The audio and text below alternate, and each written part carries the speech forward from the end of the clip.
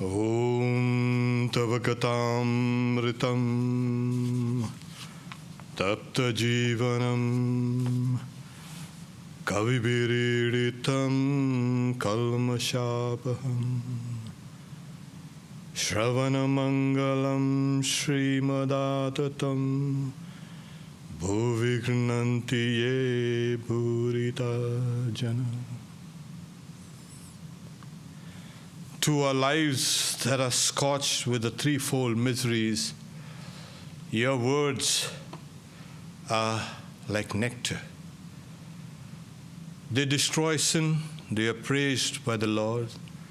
Those who hear thy words and spread thy divine glories are the real benefactors of men. The Gospel of Sri Ramakrishna,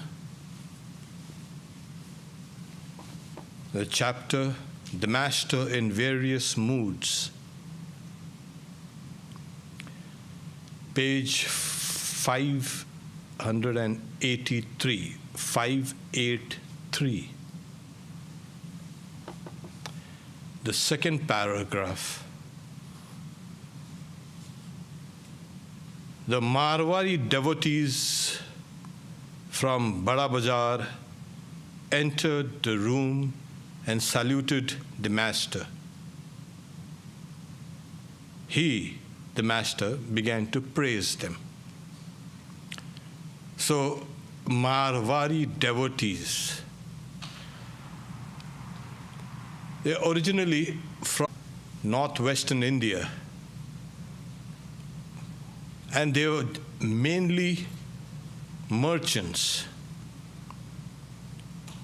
So Marwari devotees from Bada Bazaar, like as they were merchants, they used to live in huge marketplaces.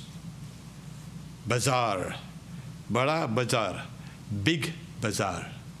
Okay. That's this. These places, busy marketplace in one of the districts in the city of Calcutta.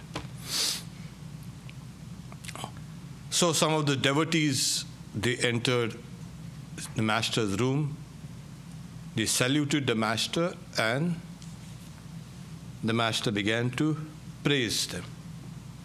Ah, they are real devotees of God. They visit temples, sing hymns to God, and eat prasad. So, all this generates devotion. Visiting temples, why do you visit temples? Yeah, because there is a deity there. In order to worship, they sing hymns to God, and they eat sacramental food, that's prasad. Food that has been offered to the deity, and the deity is believed partakes of it, and what you then accept is that sacramental food that has got now the divine touch. So the master is praising them in these ways, and the gentleman whom they have made their priest this year is learned in the Bhagavata. So they have an officiating priest. There's a small, very close-knit community. These communities, even today, all over India, they form very close-knit communities. They have very strong bonds. And they have their own priest. Now, priest, what does the priest do? Takes care of the rituals as well as expounds scriptures.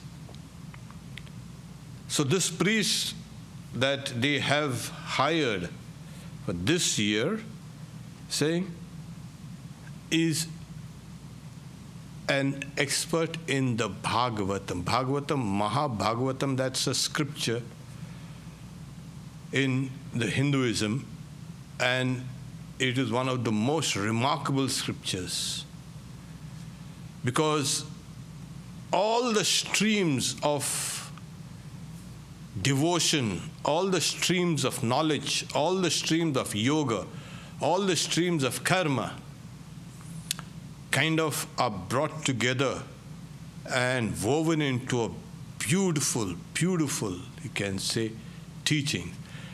So it teaches about the absolute reality, it teaches about the relative reality, it teaches every aspect of God.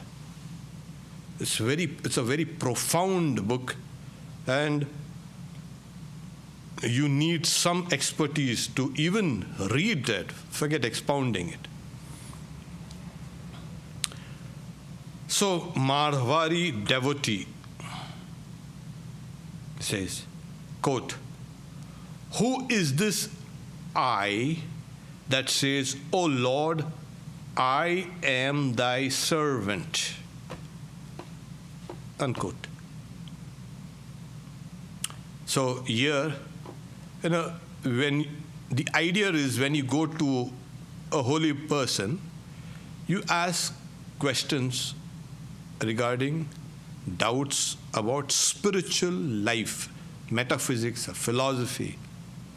Not ask, "So Swami, how are you? You look so kind of, you look tired today." You don't have to bother about that. Let's go for a walk. Are you doing exercise? These are all mundane things. Because the mind is stuck, and was an exemplar of service to Sri Rama. It's extremely difficult to really serve the Lord. Serving a human master itself is difficult, And in today's context, we have Sri Ramakrishna, and we had Swami Adbhutananda, Latu Maharaj, who was another exemplar of the servant attitude for the master, for Sri Ramakrishna. And there you find the tremendous, you can say, dedication and devotion to the object of veneration. I serve.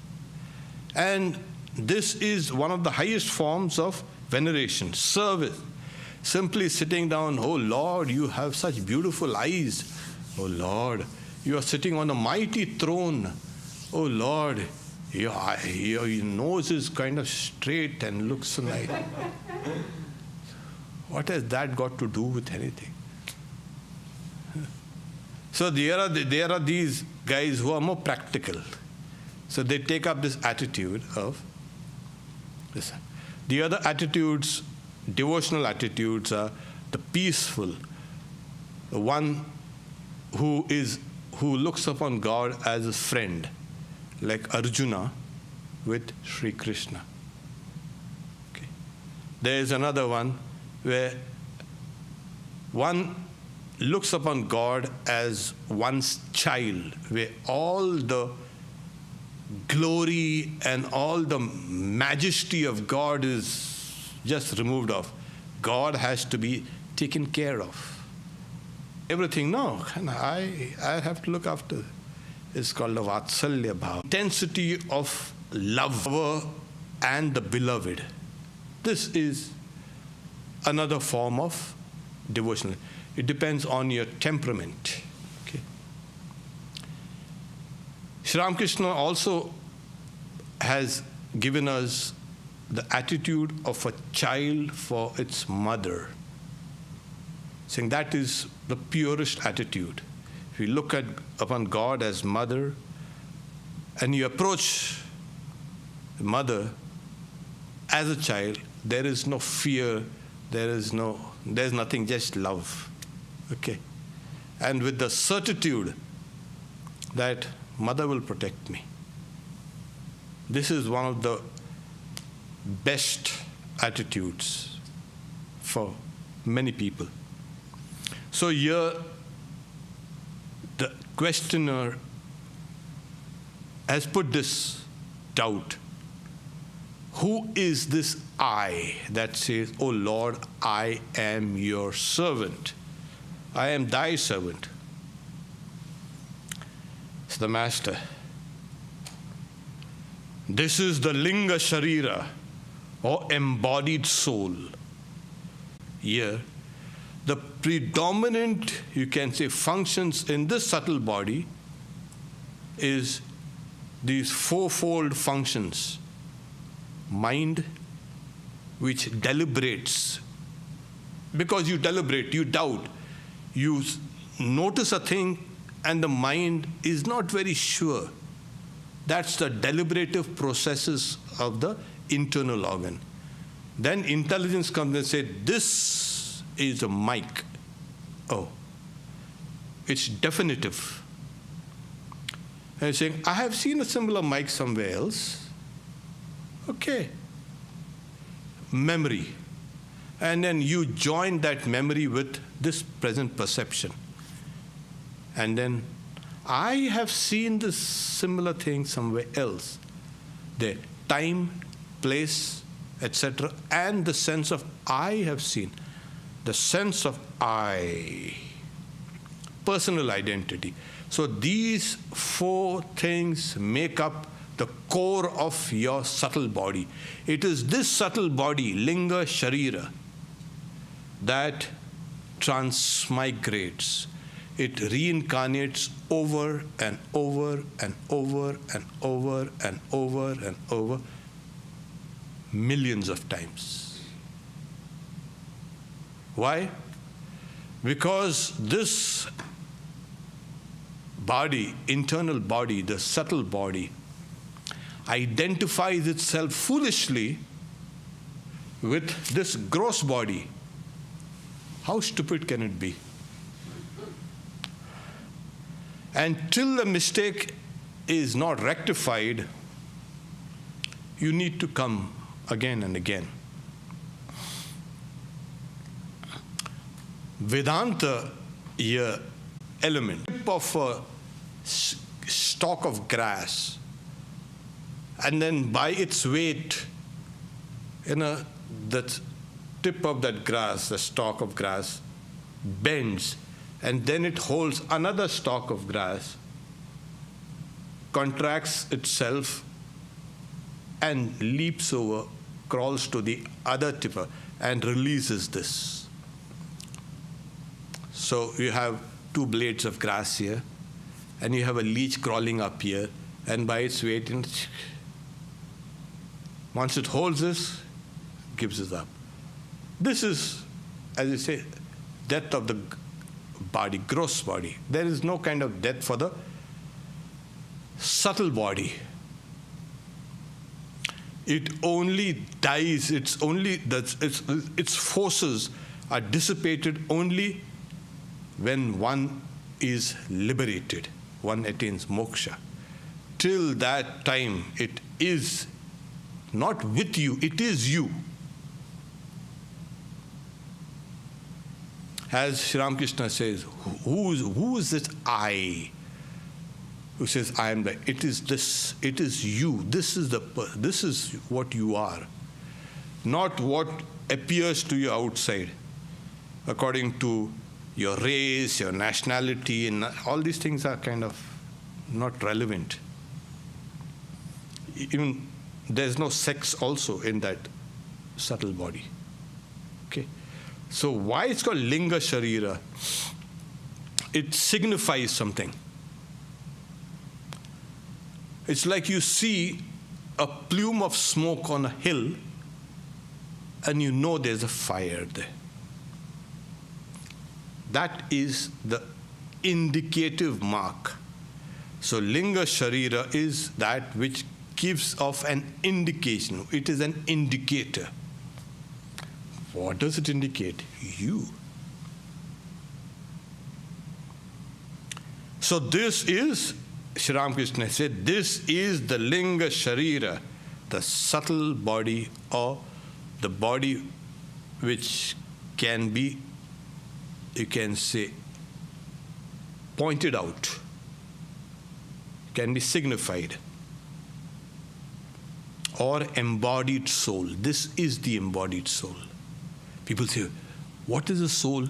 Is it like a piece of glass? Is it a piece of metal? Is it a drop of pure golden light? Is it star-shaped? Is it pear-shaped? Is it apple-shaped? Is it heart-shaped? No. Oh. This is the subtle embodied soul. This subtle body, as it were, covers the soul and becomes one with it. Like, if I have to separate myself from my present identification with this body, I'll have to plunge into meditation and go back and, hey, what was I doing? Okay, you need to kind of speak, you need to use these instruments. But why were you identified with that? Oh yeah, sorry, that was a mistake. No, I kind of rectify myself. So this is the embodied soul, the subtle body. Okay, it's a beautiful kind of. People have some conceptions about what is the soul. Something like flaming, you can say, piece of, you can say, a flaming piece of, or incandescent point of light, or something like that. Oh, no, nothing like that. This is what. This is. So here he says,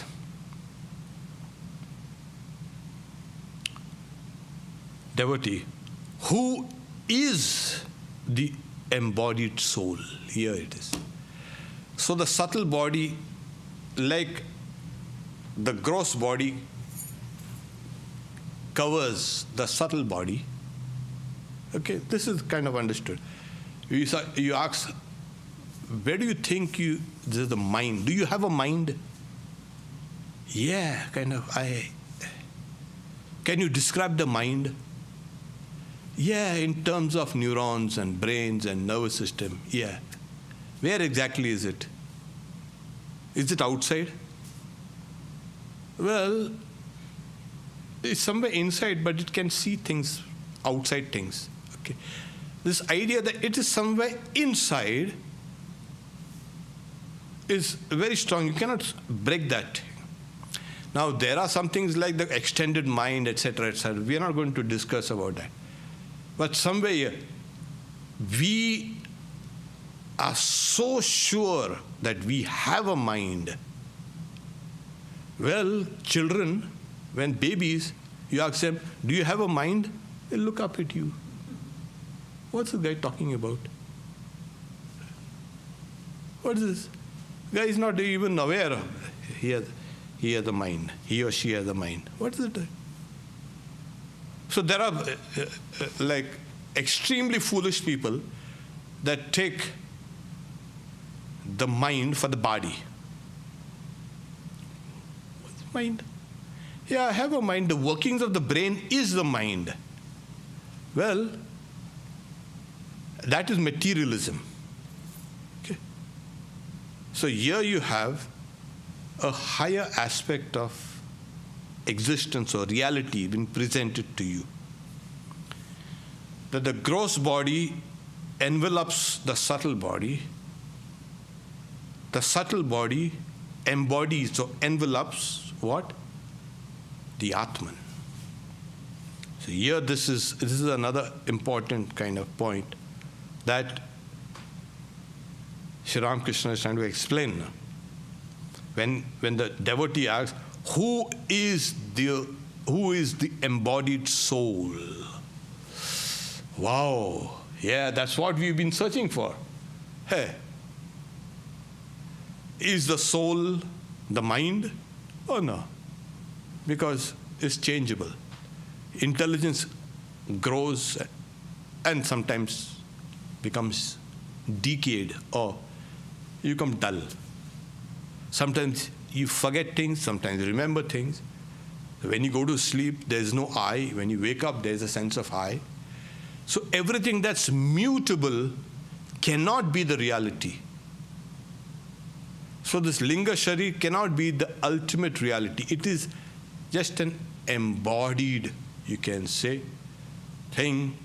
What does it embody? This, the Atman. So the master says, it is the Atman. Here you have. What is the Atman? Yeah, that is the search. That is the reality.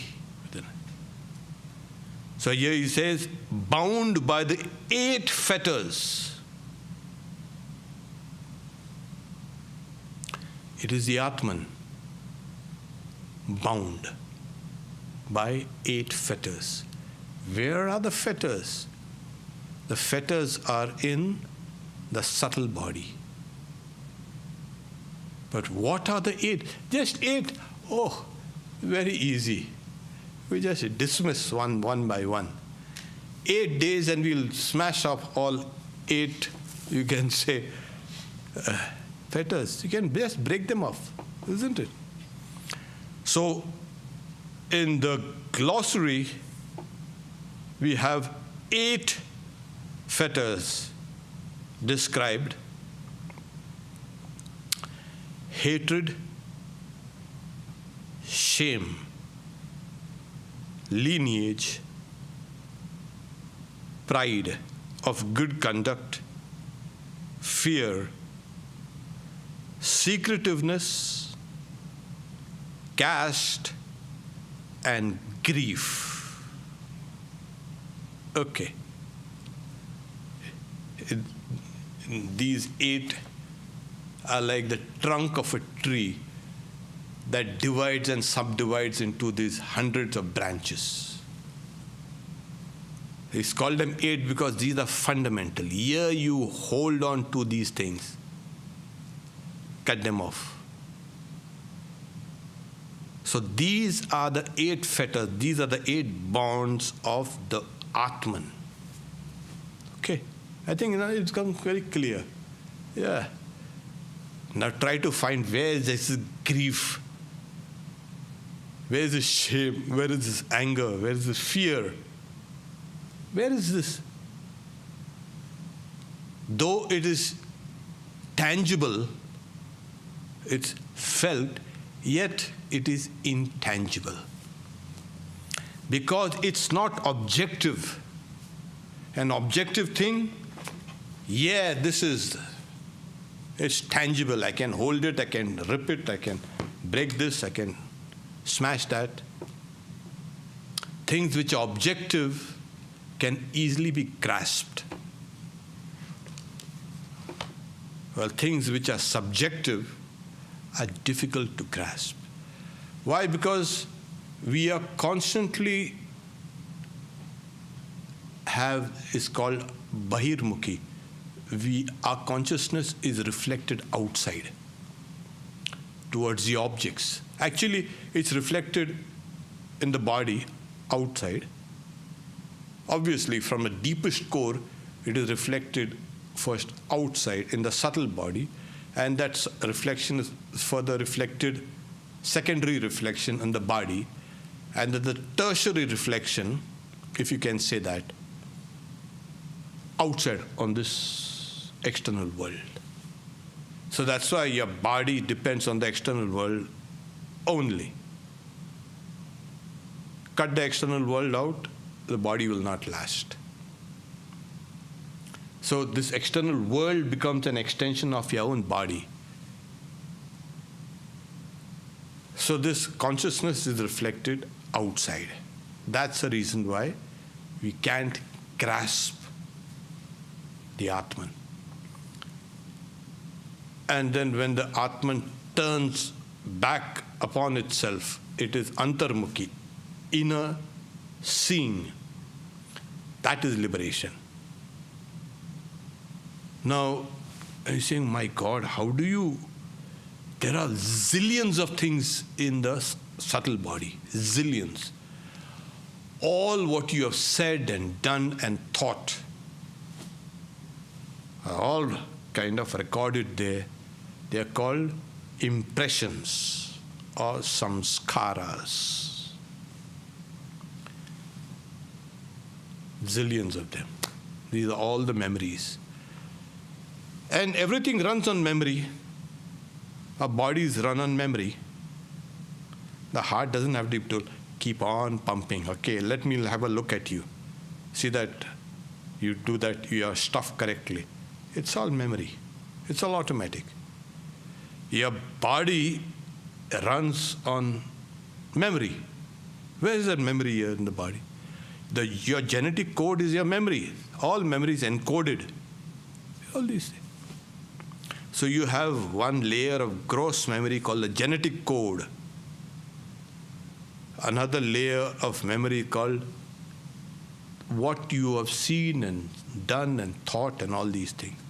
There's another layer which is much deeper.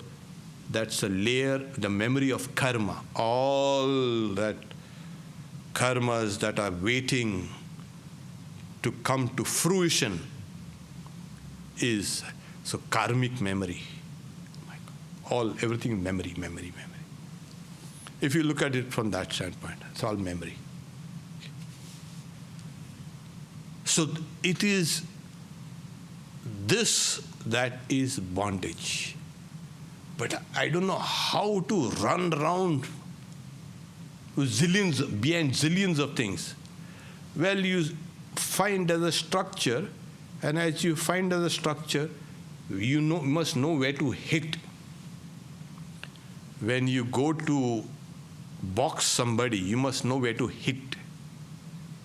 Simply say, I went and did some boxing. You threw up punches in just, which never hit anybody. And you say you are boxing. That's no boxing at all. And you're running around the ring here and there. I did boxing. No, that was not boxing. You must know where to hit. You must approach and that is what the Sri Ramakrishna is saying. There are 8 places where you must go and hit. Oh, really? Yeah, that makes sense. Apart from the millions and billions and zillions of memories, and don't run after the chimera. It's kind of, it's kind of a mirage. It's running up. No. See where that light for the mirage is coming from. Hold that, cut it off, and you become free. So one by one, these fetters have to be cut by the individual. No one will do it for you. As simple as that. You need to do it. Suppose I sit down and say, oh Lord, please cut these bonds. Yeah. The Lord will do it, but you're saying this guy is so lazy. He doesn't appreciate anything. What is that? So Sri Ramakrishna says, when you take one step towards God, God takes 10 steps towards you. So until and unless you don't exert yourself, that grace of God will not come. That is what is called spiritual practice. You're going to break these bonds. You who created these bonds? You. Me? I didn't know about all these things. Yeah, you've forgotten all these things. There are many things you've forgotten, conveniently. So here it is, he's saying, it is the Atman bound by the 8 fetters. And what is the chitta? So he's saying, what is this? The memories. I saying there's a storehouse of memories, the mind stuff. It is I consciousness that says,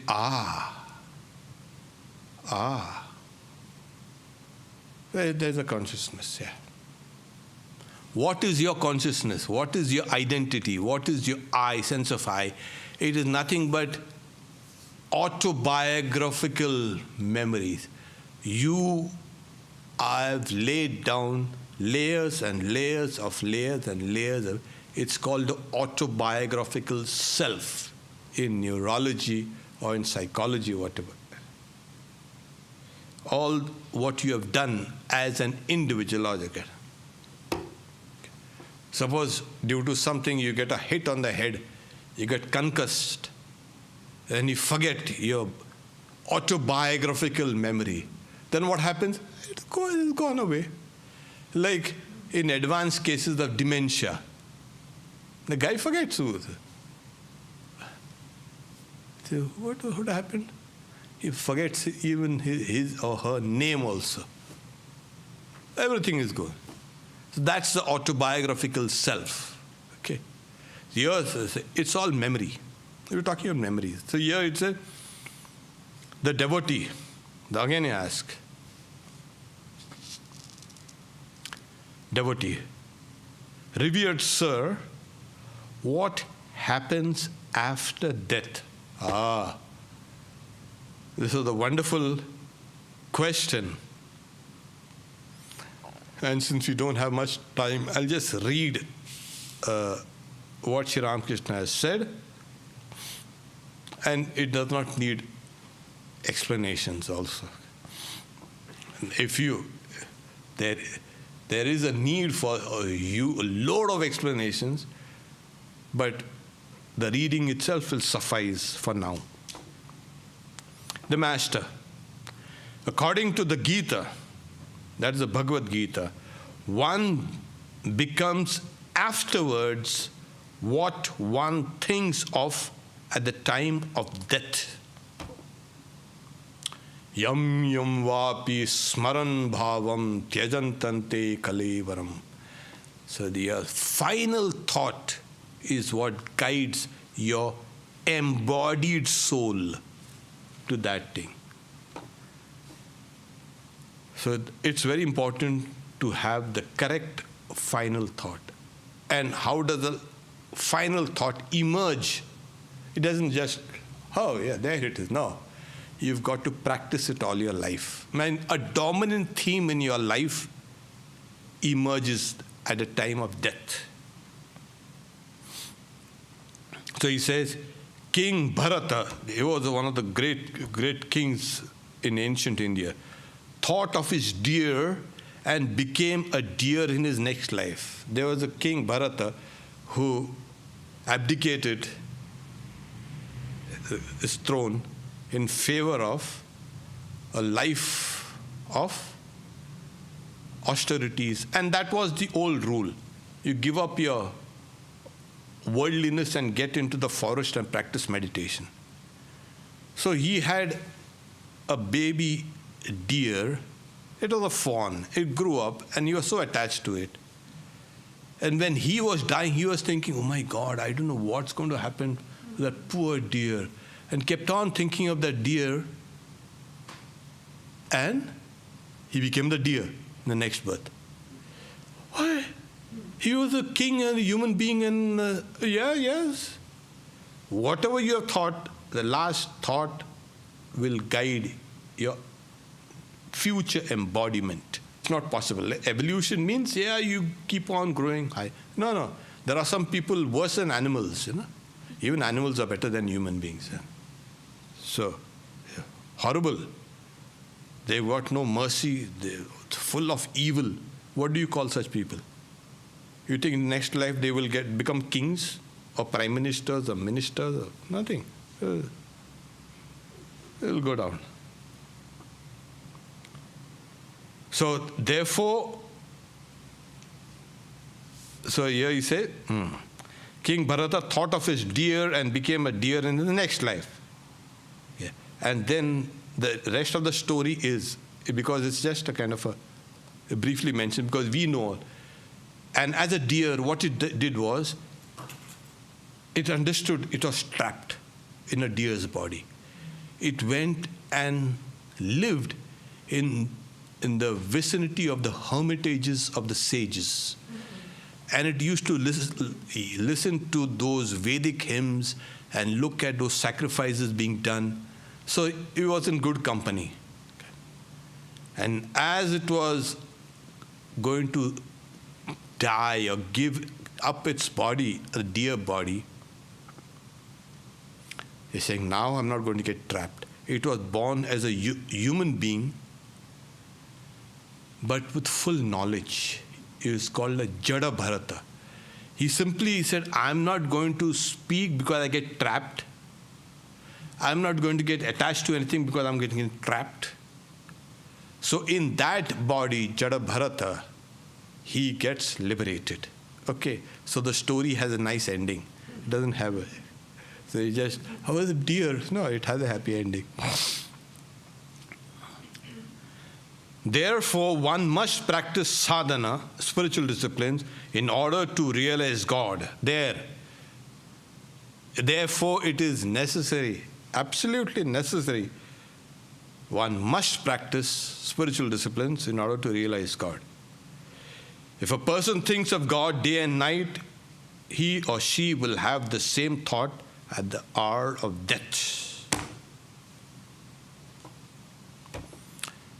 If you have eaten radish, you're going to belch radish. Yeah, whatever you have put inside is going to come out. So that makes us a little humble. You must be cautious. You must be aware of what you are doing. Simply half your mind is somewhere there, another half is here, and you are here. You don't know what you are and what you are doing. What is the goal of life? Oh, I don't know. Where have you come from? I don't know. Where are you going? I don't know. What is life? I don't know. What's the nature of this world? I don't know. What do you know then? Yeah, I know how to make $1 million. Oh, that's a useless type of knowledge. It's not connected with any spirituality. So one has to be extremely careful, conscious with one's thoughts, words, and actions, because it will play out and come out when you least expect it, at the time of death. When everything is going down, oh God. And then people are struck with remorse, struck with repentance, struck with kind of, oh, what did I do? Oh, why did I do that? Now it's too late to do anything. We stop here for today. Om Shanti Shanti Shanti Hari Om Tat Sat Shri Ramakrishna Arpanamastu. We stop here for questions. There's one question. There is one question. Okay. Are we watching God, or is He watching us? Are you sure you're watching God? Well, no. Is God watching us? You see, if you believe this, God is watching you, this thought, this belief will change. No more will there be any wayward things in your life. No more will there be any immorality. No more will there be any doubt. You know, when you watch somebody or something constantly, the other person becomes self-conscious. That's what's going to happen to you. God watches us, not in the sense of, yeah, he's got some 2 eyes. This is a personal depiction of the gods. You know?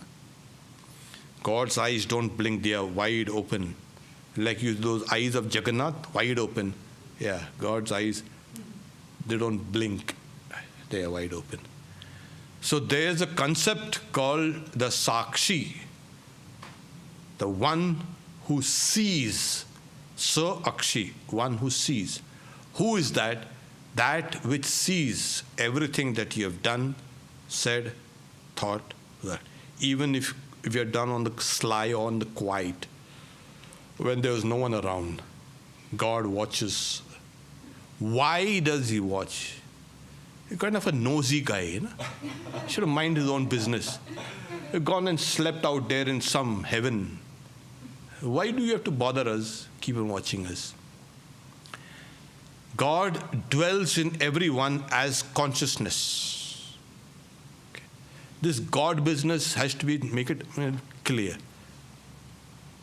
When in the moment you say God, you think of hand and feet and beard and spectacles and kind of whatever. Nowadays gods have spectacles also. You can have that. That's a personalization of the concepts of consciousness. What is consciousness? It is knowledge. Why is it necessary for this reality or the truth or God to know everything? Because that is God's nature. You mean to say God is unconscious? God is consciousness. So God will know everything. He knows every aspect of creation. You know how big creation is? Take, for instance, there are trillions and trillions and trillions of bacteria within each one of us there. Are you aware of it? No. Yeah, but they make you function. Yeah, without them you would have died. Well, really? This creation is a very vast place, complex place. It's a wheel within a wheel within a wheel. Nobody can understand its complexity. One person's thought, words, and deeds done here has repercussions there. You won't even know what hit you. Anyway, so it's a long... So God as consciousness guides this entire process. So God watches as you. I don't know if you are watching God. I can be sure that God is watching you. I'm not sure if you are watching God. In the highest realizations, you will see everything as God. Yeah, but you will see everything as consciousness. This word God has become so kind of, has got different meanings to different people, you know. You will see everything as God. Everything, whatever you see and touch and hear and think and imagine will be that reality. Then you will watch God. Another question. How can we be free from all bondage? Yeah, today's reading itself, you have 8 fetters, not all the bonds, you have 8 bonds. Try to get rid of them one by one. I hope you remember what are those fetters. So, 8 fetters. Hatred and shame and the pride of lineage, of good conduct or bad conduct or whatever, fear, secretiveness, and this idea of division and grief, all these are 8 fetters. Eliminate them. Why doesn't he mention lust? Secretiveness. Is it lust? Yeah, because that is the thing that you want to keep secret. So, in other places, other books, you have different kind of... He himself says lust and greed are two main fetters. But when he says 8 fetters, these are the 8 fetters. So, yeah, you get rid of them one by one, and then you have become free. Freedom. Struggle for it. You've got to pay dearly for that. Okay. Yeah, it's nothing. There's no free ride. Nothing's free here. So that's that. You have anything more? How to reprogram the subconsciousness. Reprogram the subconsciousness. You are reading too many self-help books and all that things.